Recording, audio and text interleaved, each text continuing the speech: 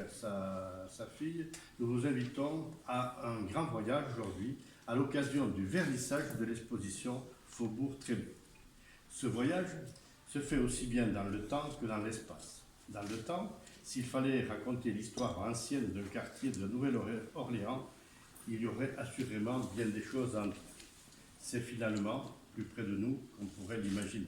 Ce quartier doit son nom à l'un de ses principaux lotisseurs, un Français originaire de Bourgogne qui y acheta une plantation au XVIIIe siècle, Claude Trélu.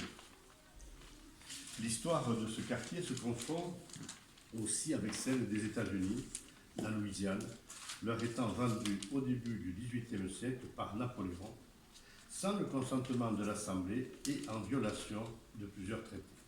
Trémé est aussi considéré comme le plus ancien quartier afro-américain du pays, étant identifié dès 1722 comme le quartier des gens de couleur libre et l'un des berceaux du jazz, où vécut notamment le peintre Edgar Degas, sa mère étant une créole originaire du quartier. Pierre Fitois, nous pourrions sourire de cette évocation qui nous rappelle que rien n'est jamais loin de notre propre histoire. C'est en effet une certaine Suzanne Valadon qui s'employa à trouver un nouvel appartement parisien au peintre vieillissant dont elle fut aussi le modèle.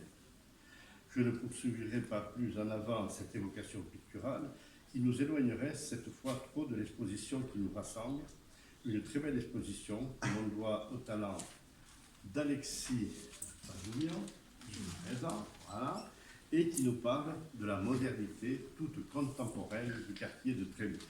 Cette modernité, c'est celle de Quiché, où le jeu de lumière prennent toute leur place pour raconter la profondeur et le quotidien d'habitants durement touchés, voici presque 15 ans, par l'ouragan Katrina, qui fit plus de 1500 morts en Louisiane. C'est par la musique que les habitants trouvèrent alors la force de reconstruire leur vie et leurs biens, de renaître après un tel désastre et le sentiment d'abandon, les premiers secours ne parvenant que 2 jours après les faits aux sinistrés.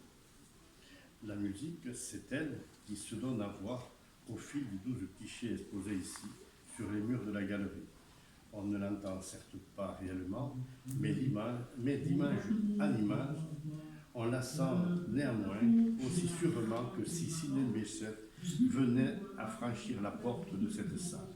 Cette exposition s'inscrit donc parfaitement dans la ligne du festival Ville et musique du monde qui, cette année, a décidé de mettre à l'honneur les Amériques dans la pluralité de leur expression musicale et le jazz en est. Visible jusqu'à la fin du mois, son vernissage ce soir prend une saveur particulière, précédant de 2 heures un concert attendu de Ville et musique du monde à la Maison du Peuple, celui de Sarah McCoy. Celle-ci disait, à propos de la Nouvelle-Orléans, que la musique y était partout, collant comme du beurre chaud sur les trottoirs. Les photos d'Alexis Pazounian ne disent finalement pas autre chose. Je vous souhaite une très belle visite, en attendant de vous retrouver ce soir, nombreuses et nombreux, à la Maison du Peuple. Si ce n'est déjà fait, je ne saurais trop vous conseiller de vous enquérir et de réserver votre place en toute urgence pour profiter de la voix et du piano de Sarah McCoy. Merci de votre attention. Voilà. Merci.